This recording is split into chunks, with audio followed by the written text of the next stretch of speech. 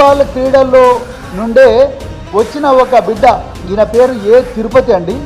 ఆ బిడ్డ ఈరోజు జోర్డాన్లో ఉన్నాడు. ఆయన ఈ జోర్డాన్ పోవడం కోసం ఈయన ఏషియన్ హ్యాండ్బాల్ జూనియర్ ఛాంపియన్షిప్కు సెలెక్ట్ అయ్యింది పిల్లగాడు. ఆ కోచ్లందరూ వచ్చేసి అధికారులను మాకు 2,20,000 రూపాయలు ఇస్తే పోగలుగుతాము అని చెప్పి జోర్డాన్కు పోగలుగుతామని ప్రభుత్వాన్ని అడిగితే ఒక్క పైసా కూడా వాళ్ళు ఇవ్వలేదండి. ఈరోజు గురుకులాల బడ్జెట్ 1,000 కోట్లు, ఎస్సీ గురుకులం బడ్జెట్ 1,000 కోట్లు. 1,000 కోట్ల నుండి 2 లక్షల రూపాయలు కూడా ఇవ్వలేరా రేవంత్ రెడ్డి గారు? మీరు ఆ శాఖ మంత్రి కదా. 2 లక్షల రూపాయలు.